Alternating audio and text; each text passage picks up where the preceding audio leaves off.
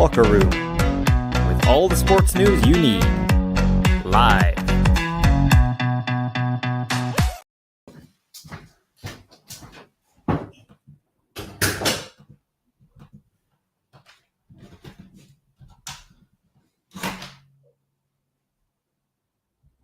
Can you hear that?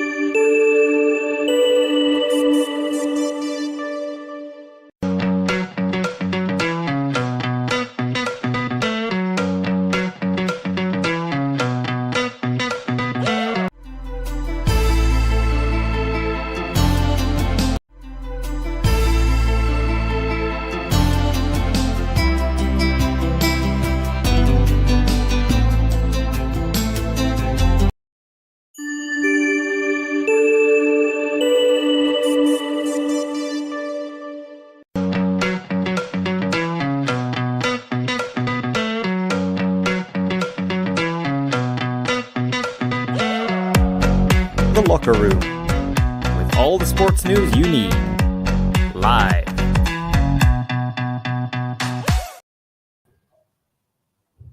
Okay.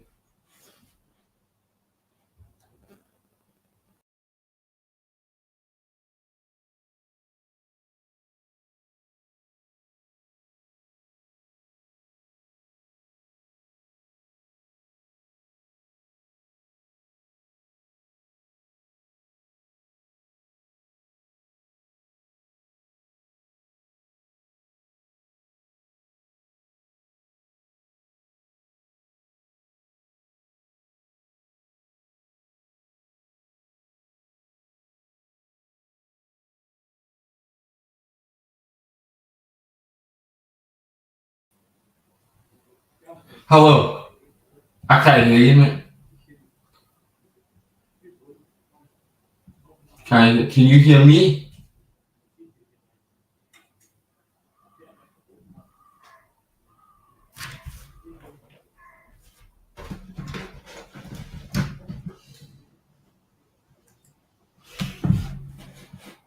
Speakers.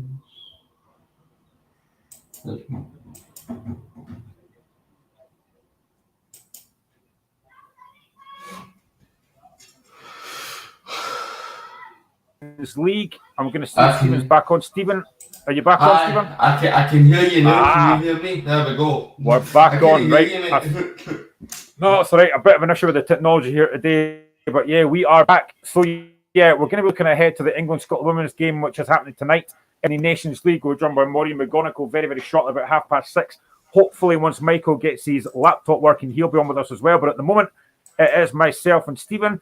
We'll be looking ahead to the games at the weekend. But before we do, we've obviously not had Stephen on this week. Stephen, we obviously had Champions League games for Celtic on Tuesday. Yep. We had the games yesterday as well.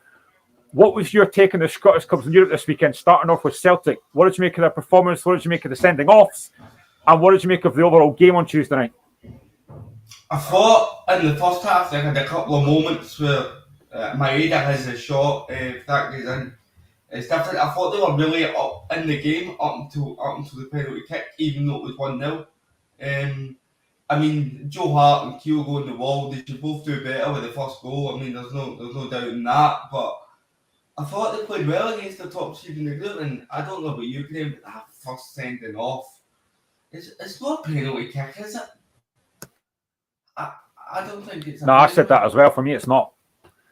Like, how many times do you see a defender putting their arm across an attacker. How many times you see that in a game and a penalty's never given for it? Really, really soft. And that was the turning point in the game because Celtic could have come out in that second half with a game plan, keep it as 1-0 until the last 10 minutes, and then really have a go and try and get an equaliser. But no, I thought Celtic did okay.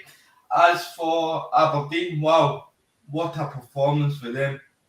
What a performance. I mean, how many people would have expected them to go to Frankfurt, a team that just won the Europa League 2 years ago, second favourites for the competition, and almost get a result? I mean, I think if they got a point last night, that wouldn't have been an injustice. I thought they were really in the game.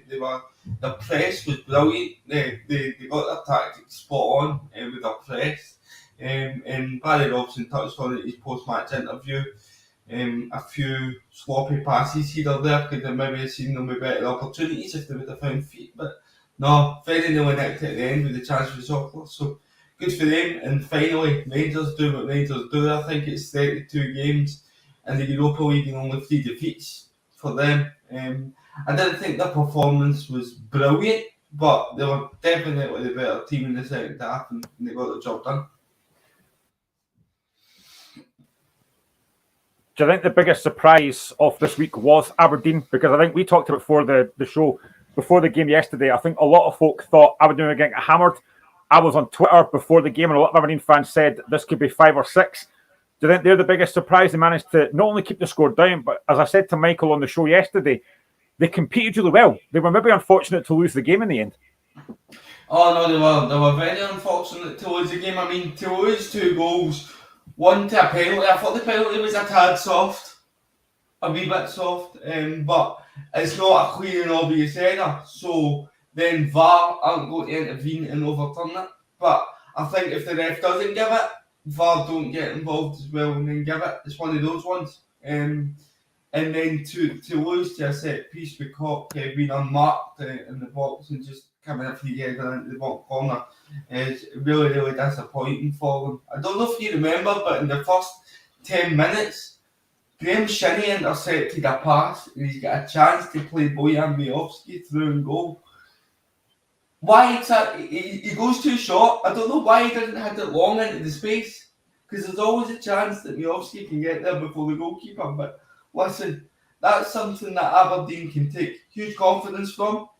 I still think with the size of the squad, it's going to be difficult, that transition for Thursday, Sunday.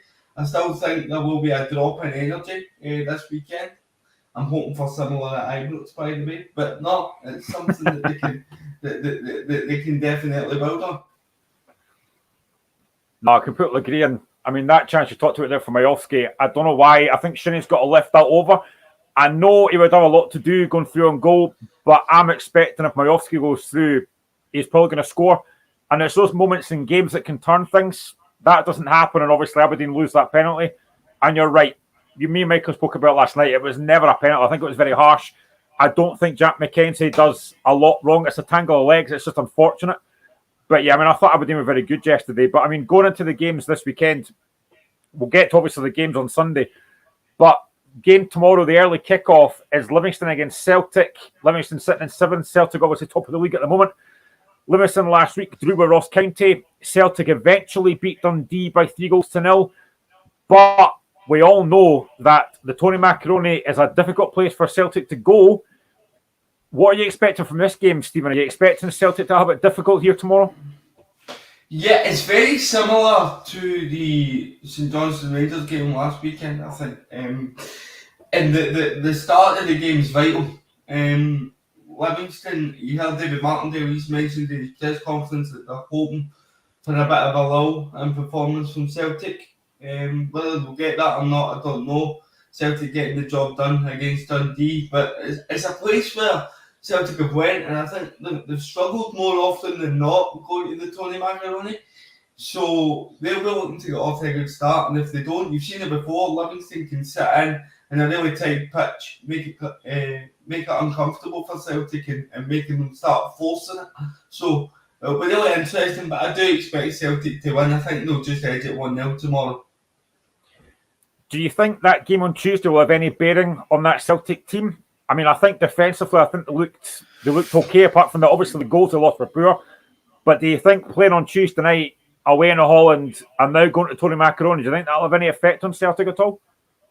I don't know if you'll maybe see a couple of changes to freshen it up. I think David Turnbull for Celtic might be an important league player in these games, just to kind of give them fresh legs for that transition for playing Champions League and into league football. You might even see the likes of Yang, Odin Thiago Home, who come on as well. I know he gets sent off, but you might see the likes of these guys feature for the start. But no, I don't think it will have that much of an impact, really. I think they'll just be looking to kind of continue that form in the league and pile the pressure on Rangers, which is going to be a really tough game for them on Sunday. Just a wee reminder to everybody that we've not lost away from home in the league just yet. So I'm keeping my fingers crossed for that. I'll bet you are. In terms of Livingston, they've had a difficult start to the season. You know, they are sitting 7th, they've got 6 points. They're probably not expecting to beat Celtic. What have you made the David Martindale side so far? Have you been impressed with what they've done, or do you think they could maybe do it, especially at home? It's typical David Martindale, is it? And when you always write them off at the start of the season, yet here we are, 5 games in, they're sitting 7th, roughly where they usually are. And at home, it's always going to be tough. I think it's one of the toughest away grounds to go and get a point, Livingston, along with Kilmarnock. And everybody will mention the plastic pitch, but you've got to give credit to the teams. You've got to give credit to Livingston and Kilmarnock for actually making it difficult and making it a tough place to go. I mean, I think that I'll say the same as I said for them about St Johnstone. They won't be judged off games like that, so it's almost like a boxer where a puncher's chance. They'll just go into tomorrow as a free hit and hope for the best. I was talking to Mike about this yesterday in the build-up to these games, and I was talking about Joe Nouble, who I am a big fan of. I think he's a really good footballer. He has caused Celtic problems in the past, especially at the Tony Macaroni. Are you expecting Nouble to have a big impact tomorrow on that Celtic defence? Well, he's a physical presence, and I don't think they'll like it. It's getting a bit colder now these days as we approach autumn into winter, so I don't think the Celtic centre-half will like it going long. I remember Hearts having a player in Uche Piazzu. I think Joe Nouble is very much in that mould where he'll just hold you off for fun. He actually wants people to go tight to him. When in fact, I think the best thing to do with a striker like Joe Nouble is just to give him that half yard and then nick in front of him. Because if you get tight to him, he'll just roll you for fun. And it doesn't matter if you're Celtic, it doesn't matter if you're Rangers. If you get tight to him, you're done. He's a great striker if you allow him to play his strengths. I don't quite think he's worth the $1 million that they were quoting though, but anyway, that's a different argument. Yeah, I mean, I've said to Michael as well before that I was surprised that maybe even my own club, Hearts, didn't go after a guy like Nouble, but maybe it was the fact that £1 million price tag might have put a lot of teams off. Because I think you're right. I think Nouble is a good player. But is he £1 million worth? I'm not convinced he's quite that rate. He's got attributes, but if you look at his goal scoring record, I think Bruce Anderson's been their top goal scorer the last few seasons. Livingston, he's more of a goal scorer.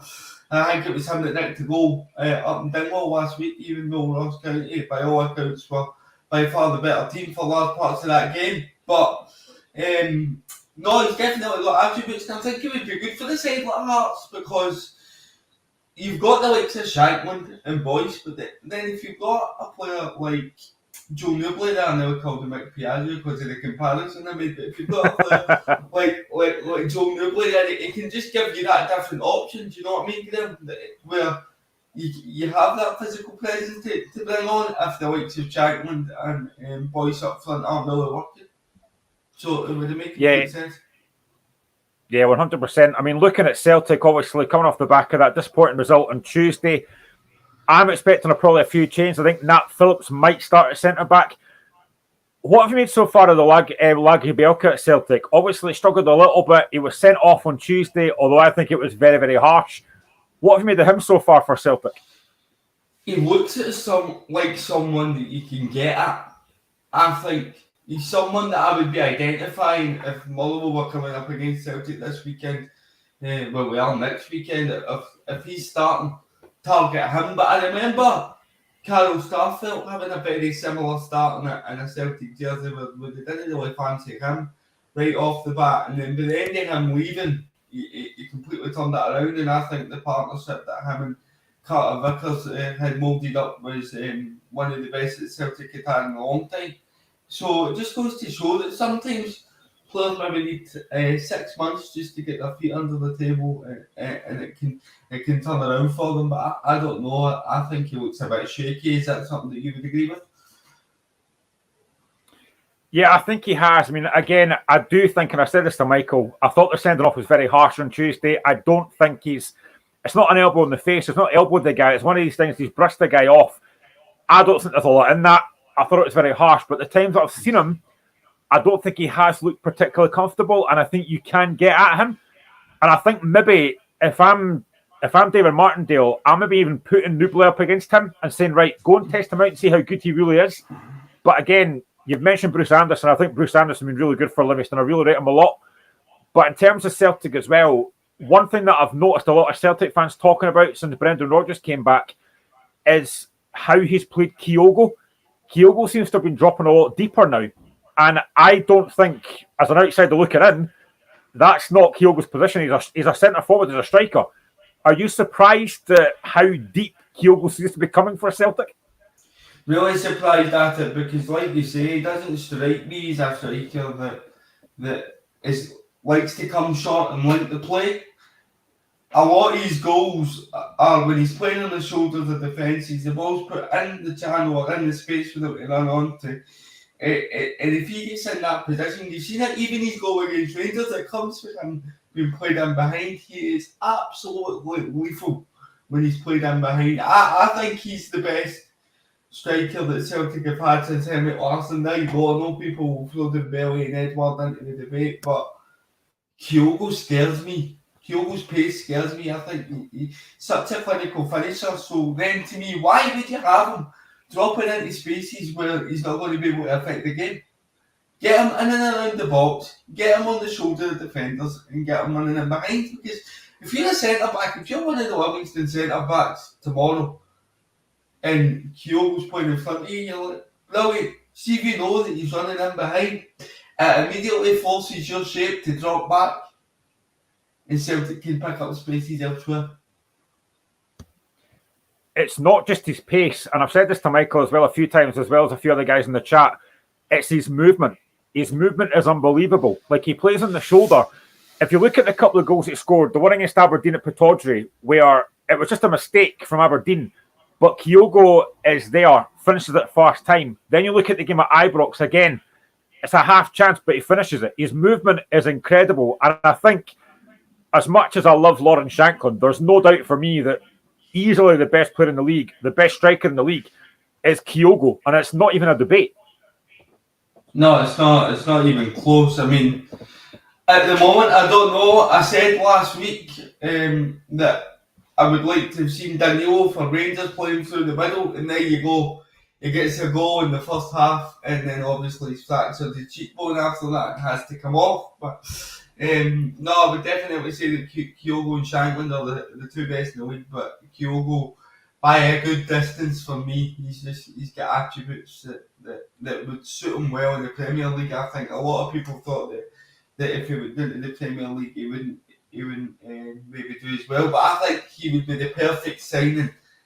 If you look at Brighton's recruitment, he'd be perfect for a team like Brighton, I think, in the Premier League. I don't quite, people were talking about him replacing Harry Kane at Tottenham. Can't fill those boots. Kane's even a cut above Kyogo, but certainly a team like Brighton, if I was them, would be looking to get him for Celtic. Right, I'm going to hope this works because I think we've got an interview with David Martindale, so I'm going to see if this will work. So bear with me and let's see if this works.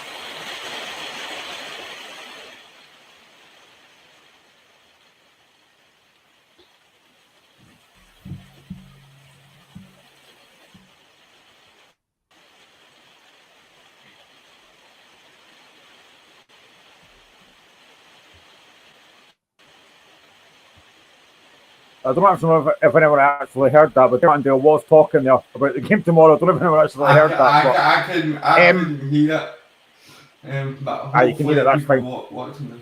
No, I couldn't hear it, but hopefully people watching did hear it. You couldn't? But I'm not sure if it's actually working or not, but no, I think he was just kind of saying that they need to kind of, I hope Celtic are on an off day with the transition between European football, and he's absolutely spot on. It's a tough task for sides like Livingston. On you go.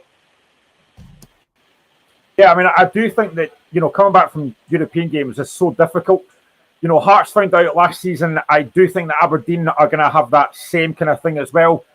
Celtic do have a big squad, but when you're coming back from a European game, and no disrespect to Livingston, but when you're coming back from a European game, when you're going to the Tony Macaroni on a Saturday afternoon at 12:30, it is very difficult to get yourself up for that. Is that fair? Oh, absolutely. I mean, I think you see it. That's why you see the drop in intensity levels, because I don't think you can put it into travel when you're only coming for Holland. It would be different if you were away in a country like Russia, or maybe in Israel, it might be Tel Aviv. But if you're playing Feyenoord in Holland and then you see the drop in standards, I think that's exactly what it's down to. It's down to that. I mean, imagine going for a stadium like Feyenoord to playing in the Tony Macaroni, where it's basically, this isn't a disrespect to Livingston. I mean, the fans that go, but it's basically a home game for every away club, say, every week in this show. Really difficult to get yourself up for that. But at the end of the day, you've got a job to do. Winning games like that, as daft as it sounds, are the games that go to world titles. When you just came from a European game, you might be feeling a bit fatigued, but you get the job done anyway. That's what plays champions. Yeah, exactly. So I take it we're both going for a Celtic win tomorrow? I think it would be absolutely daft to go with anything other than a Celtic win, but it is possible for Liberty to get us out. I'm going to go Celtic 1, Livingston 0. Yeah, I'm going to go 2-1 to Celtic. Let's go to the game of the weekend. No, it's not Rangers Motherwell. It's St Mirren against Hearts. Sorry, Stephen, I'm joking. But yeah, this is a big game tomorrow. St Mirren at home have started the season very well, sitting second in the league, 11 points. Hearts sitting on fifth with 7 points. Our away form is not good. This is a very tough game tomorrow, Stephen. And I'm going to be honest, I'm worried because our next 3 games are away from home. We play St Mirren away tomorrow. We've got Kilmarnock in the League Cup on Tuesday, and then we've got Ross County away next week. I'm worried about this game because St Mirren have had a very, very good start to the season. Oh, I would be worried. I don't know how they beat us last week, but they did. We had more chances than my ex last week and just kind of put them away. So it shows you the kind of a performance. But listen, I think it was summed up perfectly. It was a typical Stephen Robinson away performance where you dig your heels in. I've seen it plenty of times when he was at Motherwell. You dig your heels in, you take a chance when you get it, and that's what they're really good at. They're efficient, and he's efficient at getting the best out of what he has available to them, and it shows you how well they've done. This is normally a game where I'm hoping for like a St Mirren win because Hearts are doing so well and I want Motherwell to get close to them, but it's a game where I would probably take a draw or even a Hearts win tomorrow because St Mirren are doing that well. They've had a fantastic start to the season. Yeah, I mean, I said to you in the group chat last week and stuff that I can't believe Motherwell didn't get something out of that game. Because especially second half, I thought Motherwell absolutely hammer St Mirren, but you've got to give St Mirren credit because they defended very well. Yes, Motherwell missed a few chances, but St Mirren defended very well and they took the chance when it came. But it's a very typical Stephen Robertson-esque performance. They maybe didn't play that well, but they've walked off with 3 points, and that is massive. And the fact that after only 5 games they're sitting second in the league is an incredible achievement for them so far. No, amazing. And listen, he's a guy that I've always wanted to do well. Stephen Robinson, he was fantastic for us. They've been brilliant, and it's never an easy place to go, St Mirren. never an easy place. I feel like I've said that about every ground I've spoken about so far. I've only spoken about 2, but it's not an easy place to go. And it won't be easy for Hearts tomorrow, but I'm telling you what, if you get a result from that shows you've kick-started the season. Well, just looking at Hearts, I thought we were good last week against Aberdeen, but Aberdeen were very poor. But I thought we looked a lot better. I thought Kai Rose, who I've slated before, was much better last week. Liam Boyce got his first goal in over a year. I thought we were very good, but we have to build on that now. We have to go to St Mirren and get 3 points here.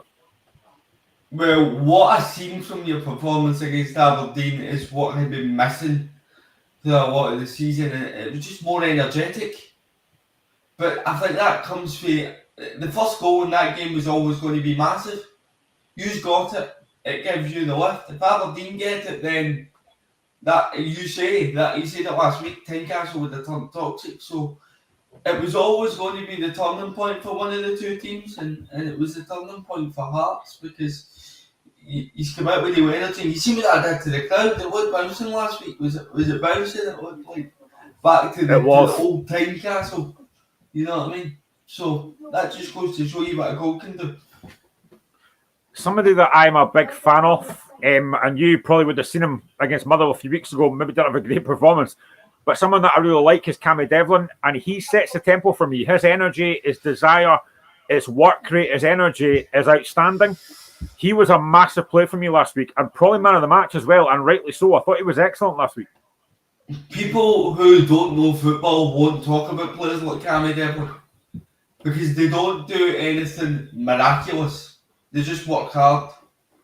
And it reminds me of a player that we had who's now at Millwall, Alan Campbell. He's very much in that mould where he's not flashy, but he gives you that bit of dig. And see when Cammy Devlin's playing well, that then gets you more creative players on the ball and allows you guys to have a better performance and gives you a better chance of winning games. So, listen, he played for the Australia in the World Cup. I think he's a massive player for Hearts and a vital cog in the machine that is the Hearts squad. Now, obviously, this isn't scripted. This is live, so I'm going to go off on a bit of a tangent here, which I wouldn't normally do, but I'm going to do it anyway. So earlier on this morning, I noticed on one of the Facebook channels that I follow that the Hearts-Hibs game on the 7th of October is not going to be live on TV. Now, about 6 or 7 hours ago, I posted on Twitter that I think it's an absolute disgrace. At the moment, it's had 30,000 views and about 245 folk have liked it. And a lot of other folk have commented on it as well, including Celtic fans that said it's an absolute disgrace. Now, I know that we'll get to this nearer the time, but the only game that has been shown live that weekend is St Mirren against Rangers. Now, again, Stephen, you're neutral on this. For me, I think it's an absolute embarrassment, that Sky deal. The fact that a Hearts-Hibs game, the first dub of the season, is not being shown live on TV. It is a joke. It's an absolute joke. Those 4 games, if you get 4 a season, should always be shown on Sky. But it's because of the shambles that is the Sky contract, which says I think they can only have 4 games at one stadium per season. So if you put the 4 Edinburgh derbies on, it means that you're needing to miss out on a Celtic and Rangers v Hibs or Hearts. So I think that's how. Am I right in saying that's how they do what? I think so, yeah. So that there you go. That's a shambles. It just shows you. I think there's a real problem with the people that run the game in this country, and I don't like saying that because I want to be able to big up our game and talk positively about our game. But you look at the deal that Holland have just got last week. 135 million euro deal. Now, Scottish clubs were offered the deal that the Championship now have back in the early 2000s, but Celtic and Rangers kiboshed it and we ended up with Setanta and it ended up an absolute disaster. So, there's the reason why Scottish football's in the state it's in. Not being able to maximise what we have as a product. For me, we're just a budget, a low-cut copy to everything England do. Everything England do, we try to copy and make it our own. What we should be doing is looking at what makes us unique. The coverage of the games, not good enough. I think BT did it the best when it was BT, when it was on BT. That was the best coverage you got of Scottish games. They went into as much detail as Sky do with the English games. Sky barely went into any detail with their coverage of Scottish football. It's an absolute shambles. An absolute shambles. And it's not, by the way, it's not the fault of the people that work at Sky, because the people that are actually working for Sky, like Ellie Barber and the people presenting, I'm sure they all love Scottish football and they're all just as passionate about it as us. But they're not given a big enough budget with that company to just deliver the content and quality that you get for the English Premier League, and that's the difference. No, 100% agree, and that was my rant. We'll probably come back to that before that game happens, but just going back to tomorrow, what's your prediction for St Mirren against Hearts? They're all over it for me. I think it'll be one each. I think St Mirren will get the first goal and then Hearts will score late on, and that will feel like a victory for you guys. I'm going to sit on the fence as well. I'm going to get splinters. We're going to sit on the fence as well. I'm going to go 1-1 as well. Other games tomorrow, let's look at Hibernian against St Johnstone. The Hibs, with the new manager Nick Montgomery, his first game at Easter Road tomorrow as manager of Hibs after a 2-2 draw against Kilmarnock last week. I guess a St Johnstone side who went down 2-0 against Rangers last week, but they played all right. This you would imagine should be 3 points for Hibs, but you just never know. You can't call Hibs just now because they've not got that result yet to kickstart their season. They very nearly got it last week, by the way. What a start that was for Nick Montgomery, going 2-0 up away at Rugby Park. I mean, you spoke about before the games last week that they would probably have taken a point for that game, but under the circumstances and the way that they get it, I think they'll be devastated to only come away from there with 1 point. But I would still be encouraged if I was a Hibs supporter. You go up, no easy to go there. You get 2 goals up. So you're hoping that you're playing a St Johnstone side that are vulnerable tomorrow, and you're just hoping that they can come out and give the energy and get the performance and the result that the Hibs fans, I'm sure, will be craving. What do you think of that Nick Montgomery appointment? Because for me, it's kind of thinking outside the box. He's talked, what I've heard so far, he's talked very well. Obviously, last week they were very unfortunate not to get 3 points. Do you think that's a good appointment for Hibs, given that on the back of Lee Johnson, which was an absolute disaster? Do you think this is a good appointment and a bold appointment, which I kind of said it was last week? It's definitely a step up for Lee Johnson. Obviously, the more research I've done into it, with what you guys have been saying about him, really like to promote the youth and having a good style of play, is something that the Hibs fans, I'm sure, can get very excited about. Whether he'll be able to cut it in Scotland remains to be seen, but you only prove that by getting the opportunity.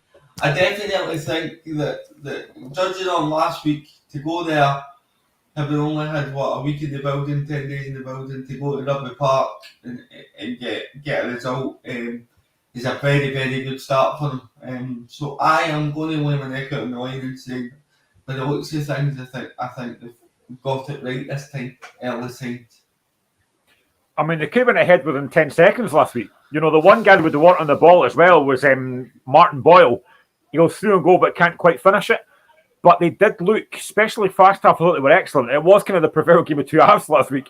First half, they were really good. Second half, Kilmarnock were a lot better.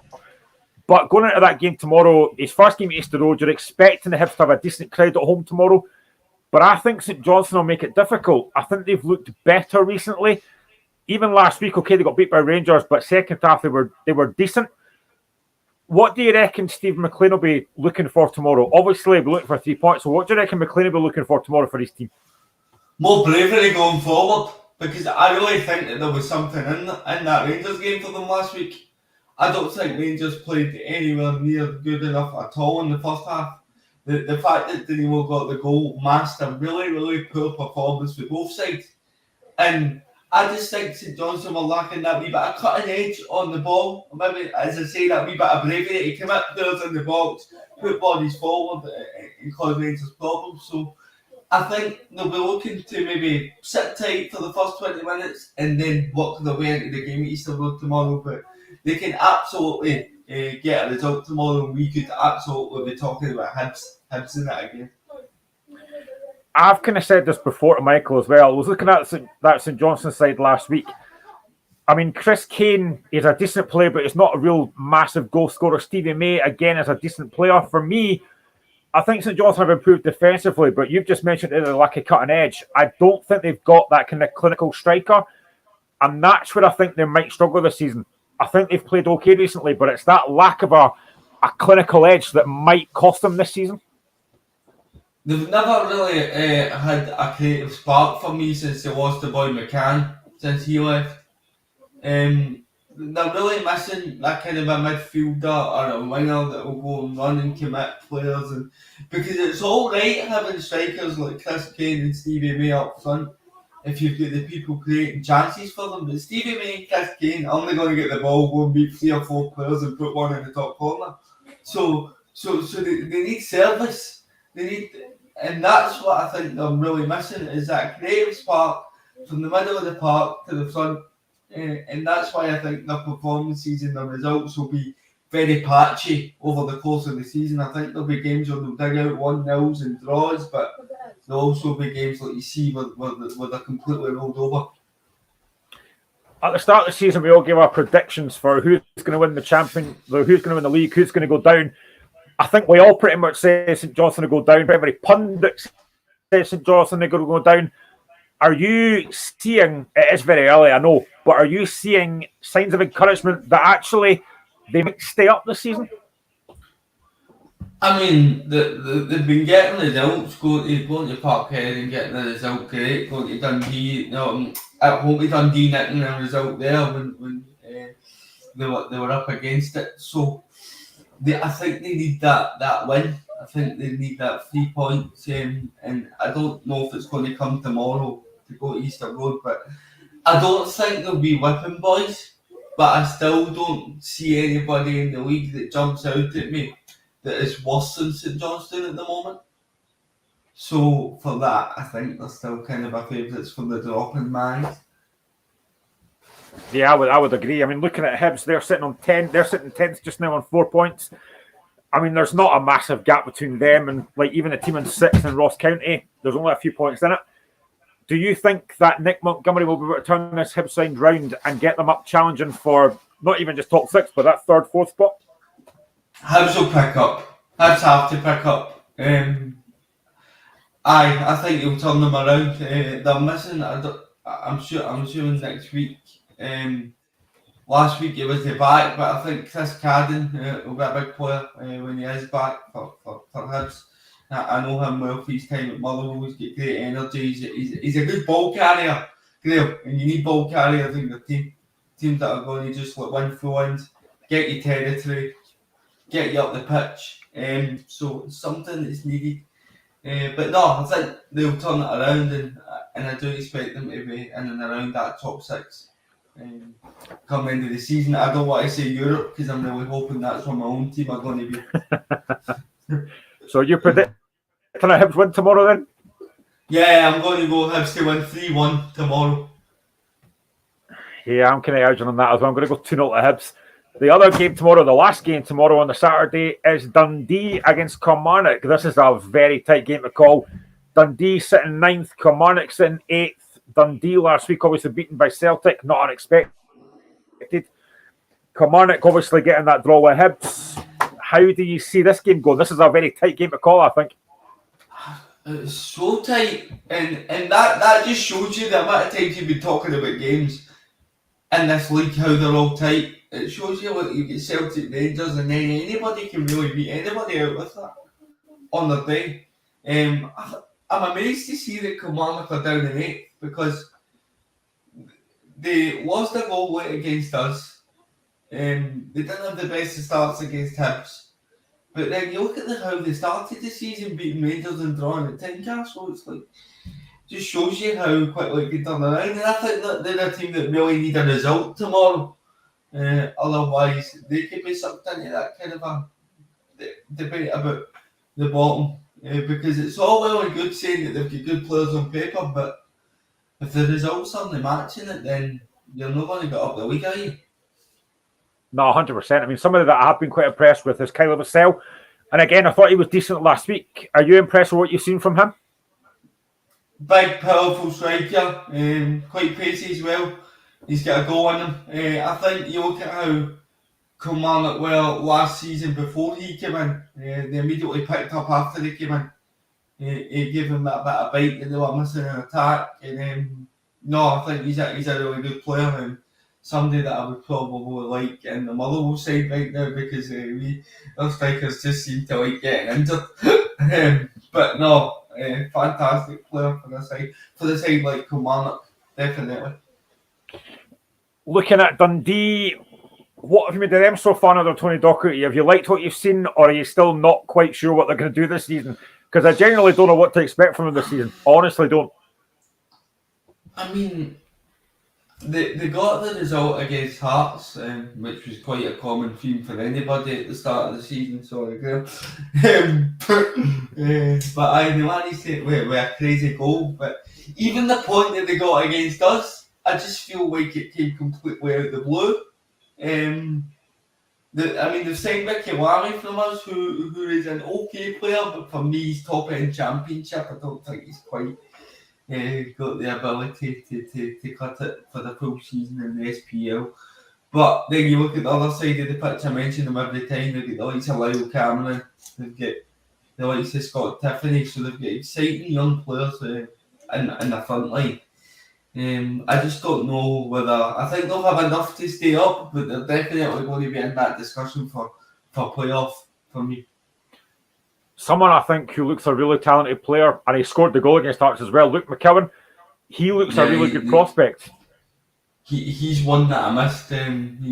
He's came through Dundee, and he just looks like he's got that technical ability. Hunger, and I know he's somebody that I really like. And you can talk about how bad the defending was for the Hearts goal. It's still a great finish to be able to execute it. So no, he's definitely somebody that can unlock teams for them. I think that they're really gettable defensively, Dundee. Really gettable. What do you think should be the kind of aim for Kilmarnock this season? Is it top 6, or is it kind of not fighting against relegation? Would it be kind of that middle of the league area that you'd be looking at if you're a Kilmarnock fan? Just a higher finish than they had last season. That's the aim for the side like Kilmarnock, is a higher finish than last season, because it means that you're building on something. I mean, I know Kilmarnock fans myself that I was with in Dublin when Scotland played Ireland, and I know that they'll have ambitions of pushing for that top 6. That would be a huge bonus for Kilmarnock this season for me. I think that they'll be around that 8th, kind of a between 7th and 9th is kind of a way you'll find Kilmarnock this season. And it's really about how they do and maximising what they've got. If they get a couple of injuries, they're the side that could find themselves down there, I think, because as much as they're starting 11 makes you go, wow, Robbie D, Stuart Finlay, Dan Armstrong, really good players. If they get a defender injured or one of the forward players like Vassell or Armstrong injured, then it's a completely different conversation we're having. Yeah, I completely agree. I'm going to start the prediction by saying I don't think it'll be a classic, but I've got a feeling Kilmarnock might just sneak this by 1-0.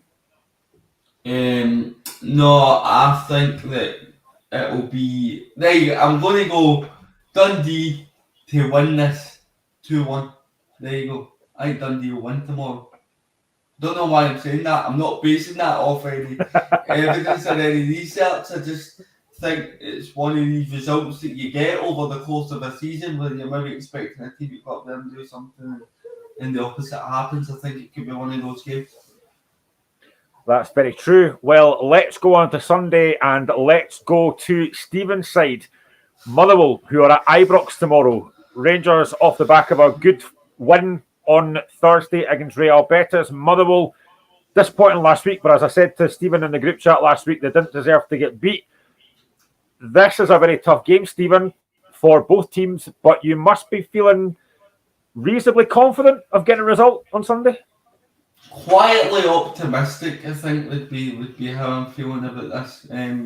Because you need to still remember, you are playing Rangers. They have just got a great result at home against Real Betis. They managed to get a win last week against St Johnstone, so they'll be looking to really make this a run now, but I tell you something, it's not going to be easy for them. They've got a lot of players injured, which I'm not happy to see players injured, never happy to see people injured, but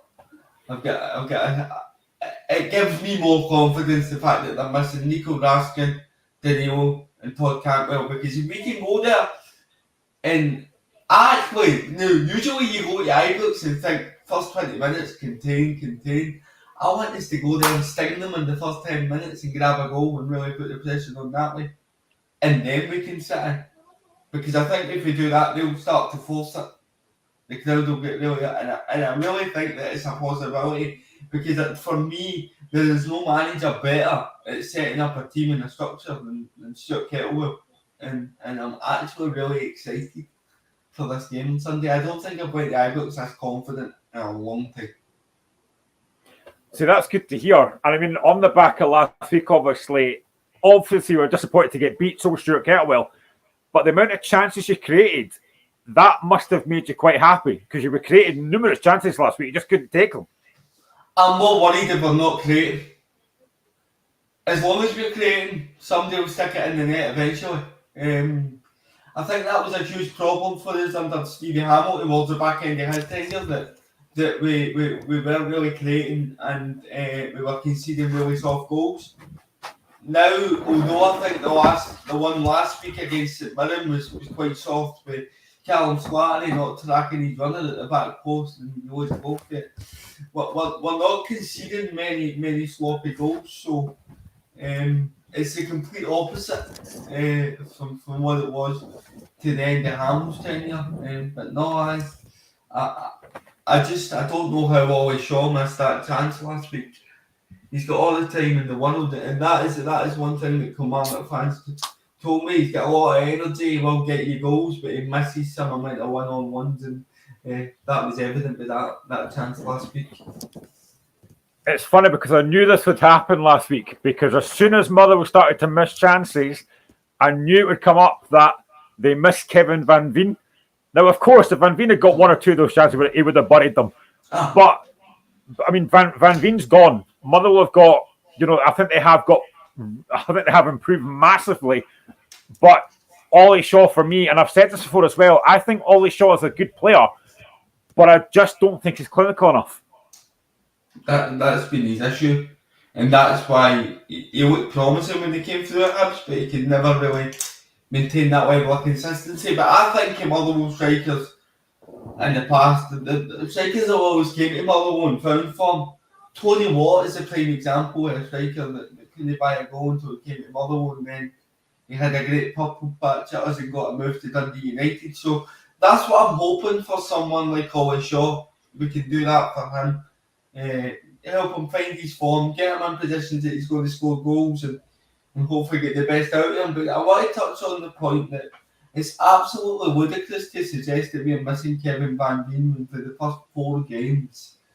We racked up 10 points, sitting joint top of the league. And if you take the performance last week's a better performance than we've had in any of the 4 games previous.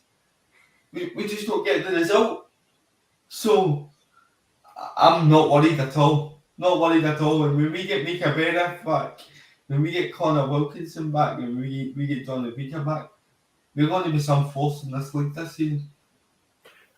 I know I've probably asked you this before, but I'll ask you again as a Motherwell fan, and I'm sure other Motherwell fans probably think this as well, but you probably couldn't have expected after only 5 or 6 games to be sitting third in the league.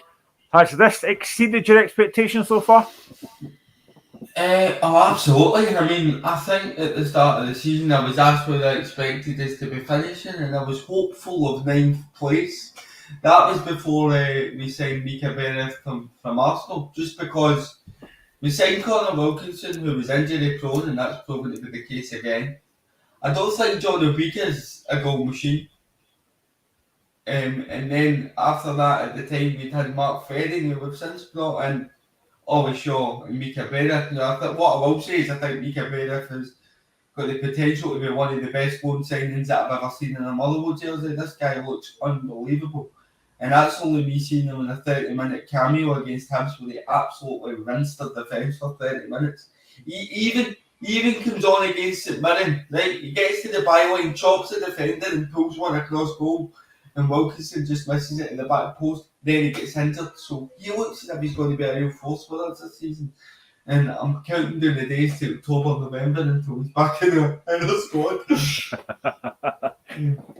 I mean, looking at the team you're playing against, Rangers, is there any particular player that worries you? Because on the show yesterday, I was talking to Mike about Ravi Matondo. His pace is frightening, but at times his finishing lets him down. So are you worried about any particular threats for Rangers tomorrow? On Sunday, sorry? I mean, Ravi Matondo is somebody that I mentioned to my friend who's a Rangers supporter. And I said, it's worrying times when I'm going into a game at Ibrox, only worried about two players in their team. Ravi Matondo and Tom Lawrence are the only two players that I think they could do something. Dessers, I don't think suits playing up front on his own. I've said it before, I think if you get a strike partner with him, he might turn out to be a better striker. Look at like a striker like Chris Boyd, but it reminds me of that kind of a mould. You've seen it, he can't run in behind.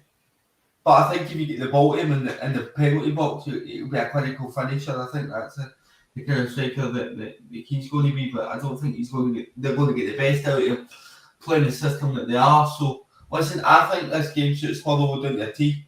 I say that against Hearts when we went to Tynecastle, called it spot on as to how it was going to go. Okay, I didn't foresee the red card happening, but I think this game suits us. I really do, especially if we keep it 0-0 the first 20 minutes. I think Ibrox will start to get a bit tetchy, and I really do think that we can get a result.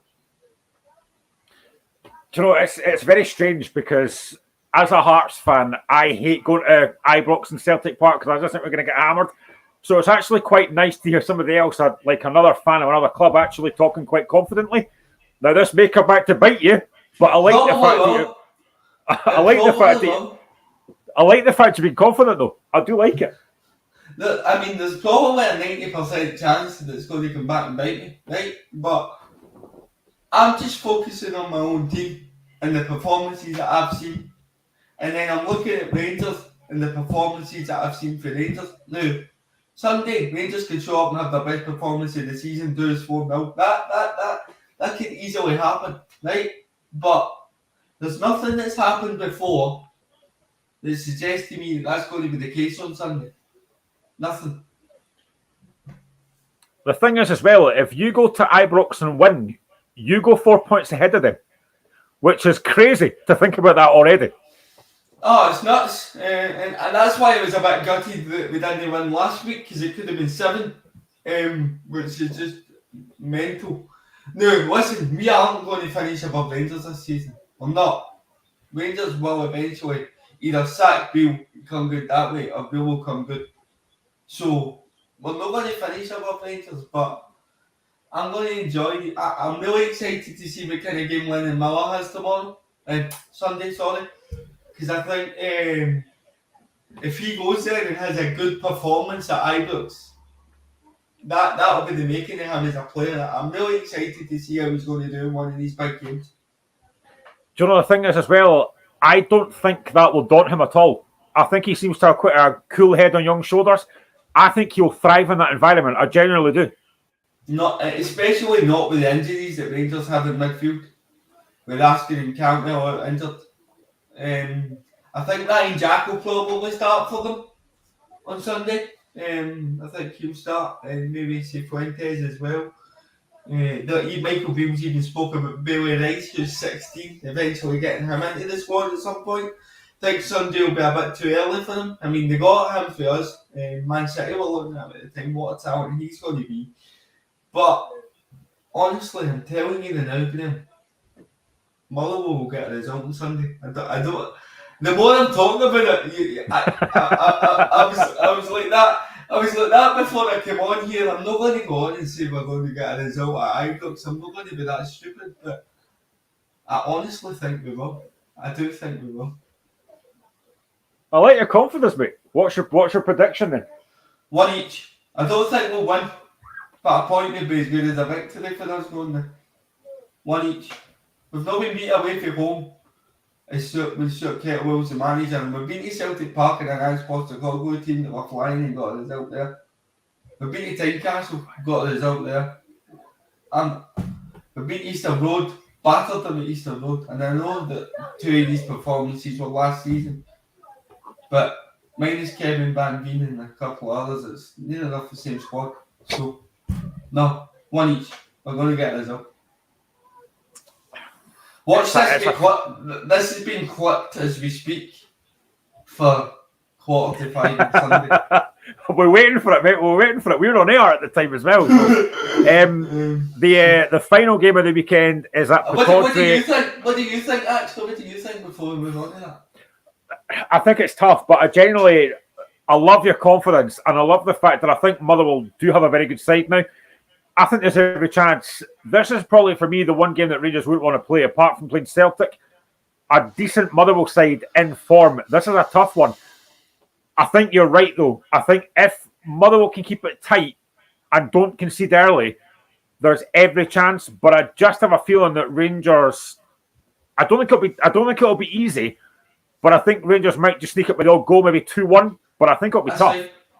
That's fine. That's probably the sensible prediction that I should have went for, but I let my heart get in the way.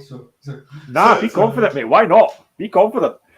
But the final game of the weekend is at Pittodrie. Aberdeen sitting 11th, which seems mental to say, against Ross County sitting 6th.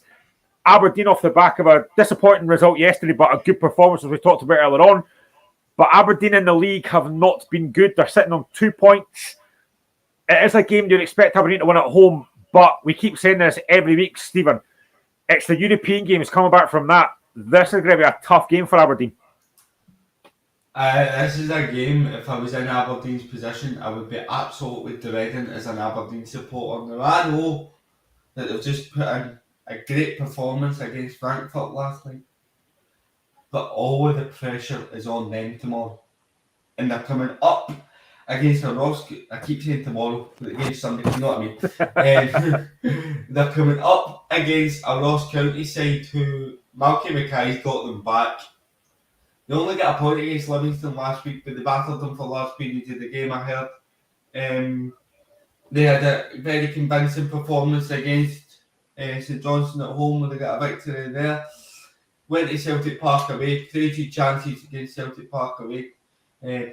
Celtic away. Caused Rangers a good few problems, so I'm expecting more of the same for Ross County, because I just think that they're going to be one of the most consistent sides in terms of performance this season in the league. And the thing with Ross County as well is Simon Murray starting to score goals, which has got to be a bit of a concern for Aberdeen as well. Their third two really scare me. You get like Jordan White up there, Simon Murray, and then you get Eamon Brophy to throw into the mix as well if you want. They've got a great mixture of strikers with different attributes. Bit like what we were talking about earlier when Ryan Hart's didn't go for that Joel Newbley, because it just gives you that wee bit of everything. Simon Murray's not the smallest and he's pacey as well. You've got Jordan White who just wants to batter centre halves for fun for 90 minutes. And then you've got Eamon Brophy, who I just think is really clinical goal scorer. So you get somebody that can stretch a team, somebody that can be physical, and somebody that can put the ball in the net. And I think they'll just hit Aberdeen on the counter, and I think they'll get chances. And I really fear for Aberdeen, because as much as they've had a good performance, I said it, is with the size of squad, it's so difficult to go for that transition to Thursday to Sunday. So difficult. See, for me, someone that I've always been really impressed with anytime I've seen him for Ross County is Jan Dander. He pulls the strings for them. He's such a quality footballer. If Aberdeen don't keep him quiet, he is capable of creating absolute carnage at Pittodrie. That's why I think Malky Mackay's been a really good pull for a club like Ross County, because of the contacts he's got for his time working down south. You don't get Jan Dander at Ross County if Malky Mackay's not there. Doesn't happen. And he's an absolute... Honestly, for a player at a club like Ross County, why the Hearts or an Aberdeen or the Hibs not going in for somebody like him? Why? I don't get it. I really don't get it. I don't understand it. I think that I look at Hearts' midfield. Do you have that? Do you have a centre mid that's got that technical ability that Jan Dander's got? In all honesty, no.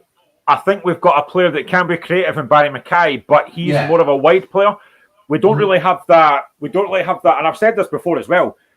I don't think we've kind of got the balance right in midfield yet. We've got Cammy Devlin that can kind of, he can put his foot in there, he can put the foot in and win the ball back, but we've not got someone that's got that technical ability and that vision in midfield. And I've said before, I think Dander will be a great player for Hearts or Hibs or Aberdeen, but for some reason, we've not gone after him. And I don't know why that is, but for me, I would have taken him. He's a line breaker. That's what he does. He breaks lines with cute wee through balls, and he got a great delivery for set pieces and corner kicks. And if he's putting balls onto Jordan White's head, it's game over. Honestly, you don't come through at a side like Liverpool and play at a team like Swansea if you've got that ability, and you can see it any time he pulls on a Ross County shirt.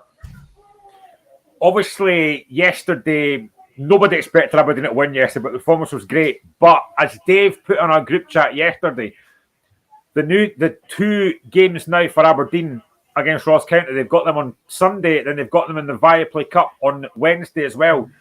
How big are these 2 games for Barry Robson and Aberdeen now?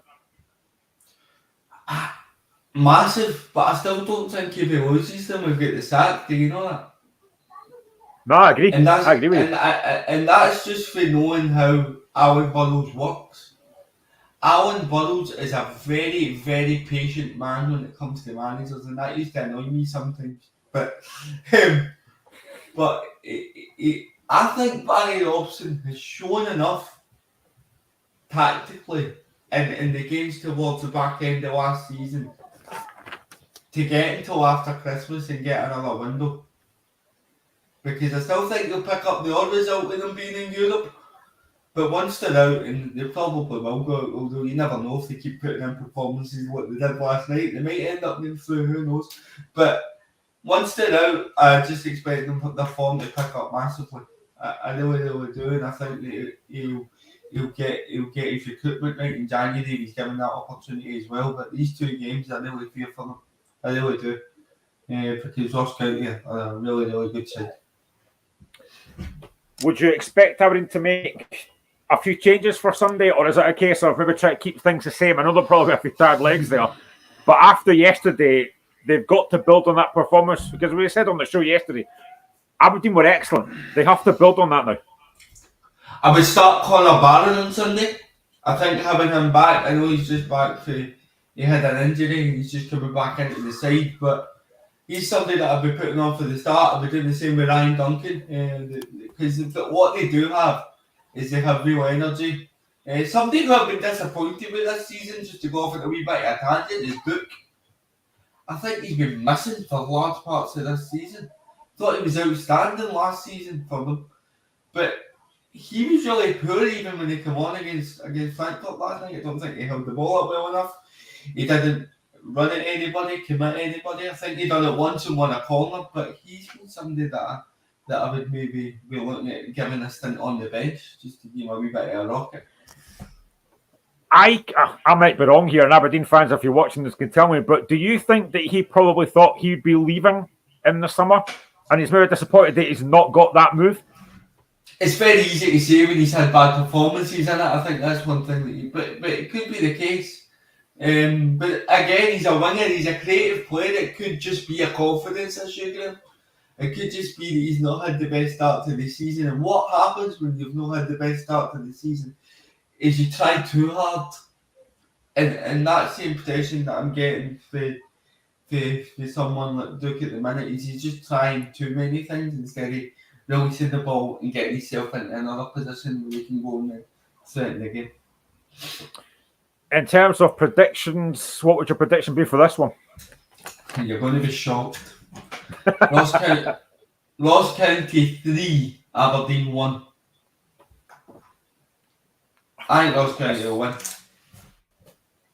Do you know what? I'm going to sit on the fence. I'm going to go for the draw. I think it'll be 1-1. I just have a funny feeling that Aberdeen, on the back of a European performance, I don't think they'll win, but I don't think they'll get beat. It's a tough one to call, but I'm going to go for a draw. He's turning into Switzerland tonight, and he's sitting on the I am, mate. I am. A lot, but nah, sensible. But I just think Ross County on the break. I think they'll kill them. I will come back to football in just a second, but just for anyone that's watching, I will also say as well that on Sunday, Scotland play Tonga in the Rugby World Cup. Scotland on the back of a 18-3 defeat to South Africa in the first game. Tonga on the back of a 59-18 defeat to Ireland in the first game. It's a big, big game for Scotland, this, because if they lose this, they are out the World Cup.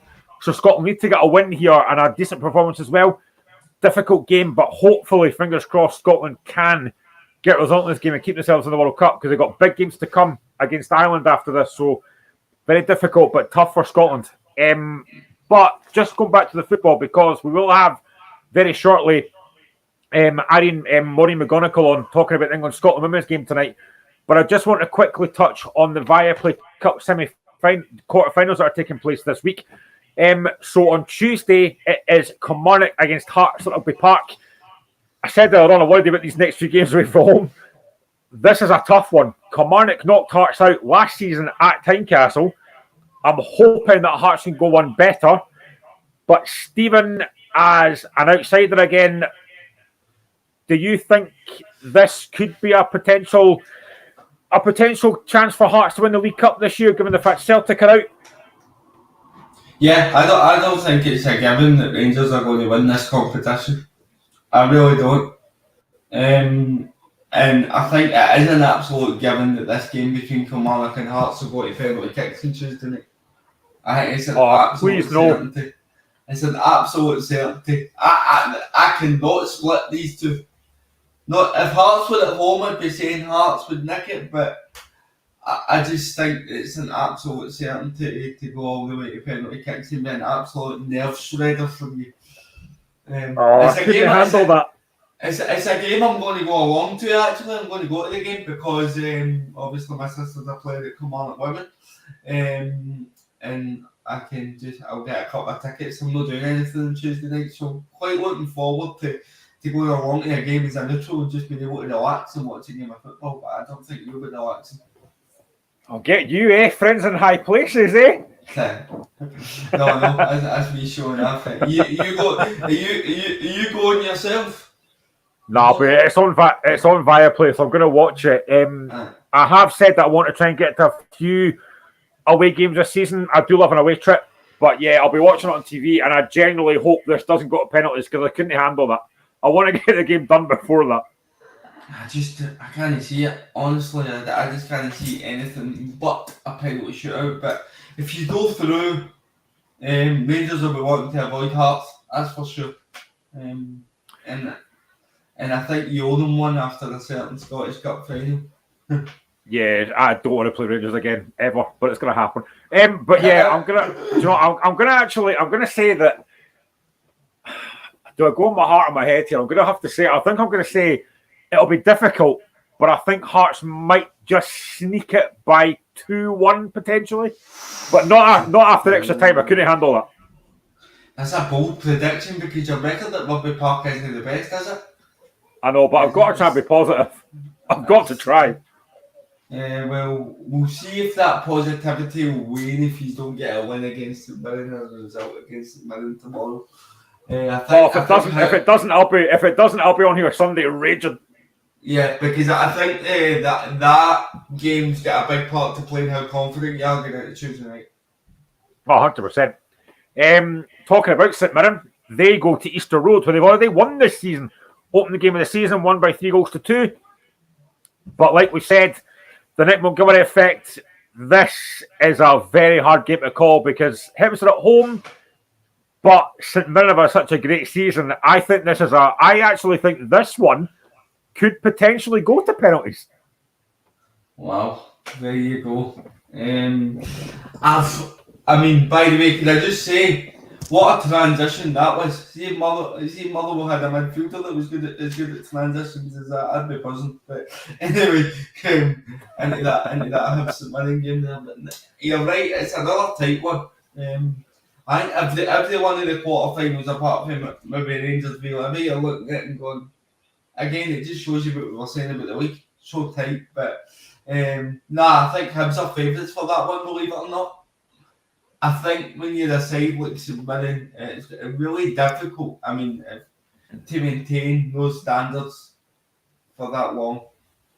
And teams like Hearts and Hibs, it's very rare that they'll be that poor for that long. So, could be a turning point this weekend, the next couple of games for both clubs. I fancy Hibs for that one just to nick it. Yeah, I mean, I have to say, I kind of agree with that. I think Hibs might just go through, and please God, I hope it's not a Hearts Hibs semi-final. I couldn't handle that. But then, to be honest, what about a Hearts Hibs final? No, I was gonna say that I have genuinely never been. See, in 2012, when Hearts and Hibs got to the final, it was 5 weeks of pure torturous build-up, and I have never been so nervous for a game of my life for us to then win 5-1. I can't handle that again. I couldn't go through that again. The only thing that I can liken that to is when Motherwell played Rangers in the playoff. I was physically sick going into that game to the point where I had to have a half bottle of vodka before the game just to settle my nerves. And a bit like you, that turned out to be one of the best nights of my life. So no, I completely get what you mean, but in terms of nerves, it's no something. Because if you lose that game, you're hearing about it. But then you've always got the 5-1, haven't you? That can never be taken away from you guys. Never. No, it can't. I honestly, I have never ever sat through a game so nervous in my life. And thankfully, the game was done early second half, 4-1 up. The man got sent off, but I have never been so nervous for a game in my life, and I don't want that again. I can't handle that again. No. So the other two games we spoke about earlier, actually, Ross County against Aberdeen, we spoke about it earlier on. It's the rematch from the game on Sunday, but this one is in Dingwall. Do you think how important do you think it is for Aberdeen, especially given the size of the club that they are, that they win a trophy? Because it's been far too long since they won one. Well, clubs like Aberdeen should be getting to semi-finals and finals every season on a regular basis with the size of them. Maybe not finals, but definitely semi-finals. They should always be there. And it's interesting actually that there's been that void of them winning anything really in my lifetime. But no. Did they not win a League Cup? Am I right in saying they won a League Cup? They did, yeah. They won a League Cup under Derek McInnes, stuff like that. But the amount of Scottish Cup finals they've been in, and no one, I think, will be a real bugbear for Aberdeen fans. I feel the same with Motherwell. I feel that whenever we get in as a final, we always come up against a Celtic or Rangers. I'm just dying for that final where we get a team that isn't Celtic or Rangers to give us a real goal. But I think that would hurt more if you lose a game like that. But no, certainly for the side like Aberdeen, I've only won the League Cup in my lifetime is concerning. Are you going for Aberdeen to win this one or Ross County? I don't know. I actually don't know because I predicted Ross County to win on Sunday. So I'm going to do a Graham here and sit in the fence and go for any one of them to win it in a penalty shootout. I'm not going to sit on the fence. I'm going to go Ross County. I think Ross County will knock them out. There you go. Well, but then the next one, Rangers v Livy, that's self-explanatory, isn't it? Livy.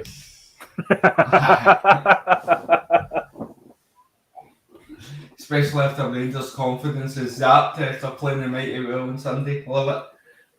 Yeah, I would genuinely think Livy Rangers will probably win quite comfortably, but you never know. It's cup football, you never know. So I'm saying that Hearts are in the semi-final, Hibs are in the semi-final, Ross County and Rangers. Oh, that could be interesting. That could be a few tasty ties there. No, definitely. Let's now move on to the Scottish Championship. There is a game on tonight, and it is Queen's Park against Ayr United. Queen's Park, who after last week, they lost 2-0 to Dunfermline, but Ayr United got hammered 4-0 by Partick Thistle. I genuinely don't know what to expect from this game. it could be a difficult game. I mean, what do you make of this game tonight, Stephen? I just think sides going to Leicester Hampden. I said it last week, it's not going to be easy for anybody. And now United, off the back of a 4-0 demolition to Partick Thistle last week, confidence will be low. I don't see anything other than a Queen's Park victory tonight by a good amount as well. I've said this to Michael numerous times on the show, and I've said to other folk as well, that I actually love the Championship because it is so tight. And you've only got, I think it's like, there's about 5 points between Dunfermline on 6 and Wraith, who are top on 13. It is mental how tight that league is. But probably not the biggest surprise over the past week is the fact that Billy Dodds was sacked by Inverness after a horrendous run, culminating in a 1-0 defeat by Wraith Rovers last week. Stephen, probably one of the most, it was the most unshocking thing to happen last week that Billy Dodds was sacked. He was on a really poor run, and it's no surprise that he's lost his job. Well, that's something that we predicted last week, that if he didn't win, then he would be out the door, and they didn't get the result. So he is out the door. I think a lot of Inverness fans were kind of going. I always do this because they were going back on the word, right? See, when he was given the new deal, the 2-year deal, they were like, "Oh, great, he's got us to a final, brilliant." Now he's been sacked. There was people in the comments saying, we gave him a deal off the back of getting to a cup final. He botched it in the playoffs. He should never have got a new deal. So it shows you how fickle fans are. I think Billy Dodds is a good coach. What he struggles to do is really turn it round when. So he's got a good plan A but no plan B. Does that make sense? Yeah. Uh-huh. If his plan A doesn't work, then and he starts to get on a bad run, that's when he starts to struggle to turn it round, and that's ultimately why he's lost his job. I noticed that during the week that Inverness have apparently approached Celtic to talk to their B team coach Darren O'Day. Do you see that happening? Do you think Darren O'Day would go to Inverness? I think you would, because I think you're somebody like Darren O'Day, you're looking for that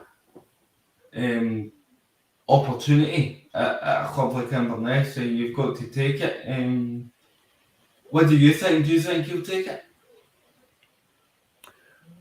I'm not entirely sure. I don't know if we would need a bit more experience in Darren O'Day. I know there's been a lot of names thrown in. Robin Nielsen's name was thrown into the frame. There's been a few other names as well. He doesn't take it. Nah, probably not, but he is at a job. But it's a difficult one because I think Inverness are a good club. It wasn't that long ago they were in the Scottish Cup final, and Billy Dodds got them there, and now he's lost his job. But they've had such a poor run, and on Saturday they are taking on Dundee United, who drew with Morton last week. And honestly, I don't know if you saw it, but there was 2 incidents last week that I'm genuinely. Yeah, that sending off from Matteo Cudjoe was one of the worst decisions I think I've seen this season so far.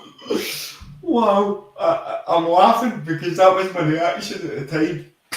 And obviously there's no VAR in the Championship, so that decision stands. But how has it been given?